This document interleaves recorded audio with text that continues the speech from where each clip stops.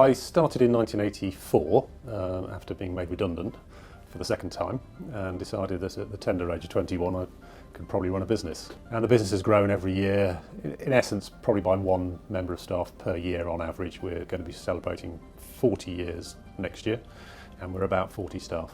We make furniture, but that doesn't really say exactly what we do.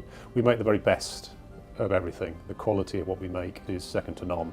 We've been making furniture for the royal household for at least 20 years. Some of it is on public display. We've made pews for the Queen's private chapel, currently making chairs for the coronation. And it's been a wonderful experience working for the royal household. They have a similar attitude to quality that we do, and we've just done some incredibly fantastic things. And the opportunity to travel to royal palaces and work in them. Schools don't provide the level of training at vocational level or woodwork or technical drawing that they're used to, so therefore that's no guide to us.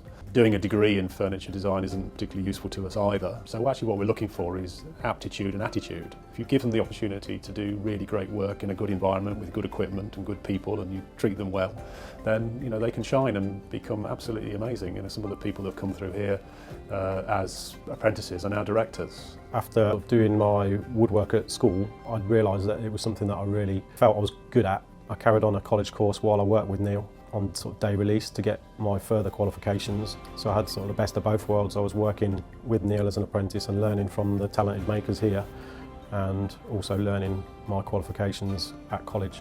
Started in 2016 just as a week's work experience. A year and a half later they contacted me again and offered me temporary work, and then eventually that turned into an apprenticeship really. You're more likely to get employed straight after, but it also helps that you're earning a little bit as well as you start. While you're learning, you're in that company as well, I think, whereas opposed to uni, you're not really in the workplace. So to get that experience quite early, I think is quite important. I think I just wanted to get into the workplace and just kind of get that atmosphere and get that vibe, and obviously start earning some money at the same time. And I think apprenticeships or trainees, however you want to put it, the way that I got into it as well, it just gives you that workplace mentality, and it kind of pushes you along that route alongside, as here, many years of experience that you can learn from, which I think maybe at university you don't quite get that. Apprenticeship programme, we would take a student into the programme. We would do in-house training, very much hands-on, on-the-job training, though there is a structure to the training as well in what we're teaching them over 3 to 4 years. We require the student to go to college as well, to get, as it were, a formal training of cabinet making and wood machining. You can come here with no skill at all, but you need to want to be good at what your end goal is going to be. You need to be the best, and you want that. Otherwise, it's a very hard and long road to get there. It is very achievable, but it's it does require a lot of self-motivation in that way.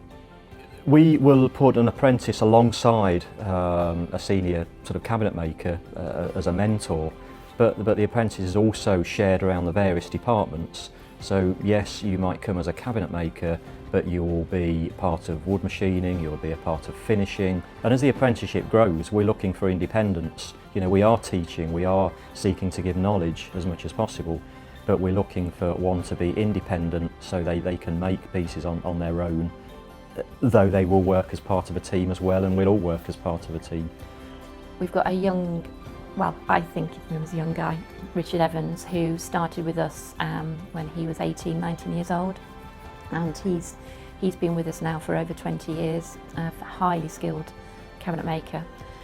We've got Matt Brown, who came through the apprenticeship scheme as well. I think he won every award that was offered to him when he was an apprentice, and again, really good cabinet maker. We've had Matt Clark, again, came through the system as an apprentice, working with us for several years, and is now a cabinet maker. So a lot of success stories, and it's lovely to see girls and guys grow and become such skilled craftspeople. So they can either approach us directly from school, write to us. We would ask them perhaps to come on a work experience, which could just be the week that they do at school, or it could be through the summer holiday. If they are interested and keen, then we would welcome anybody to come along so they could actually experience it what life is like in the workshop, what's expected of people, because to be an apprentice, it's probably a good 4 years. So it is a long process.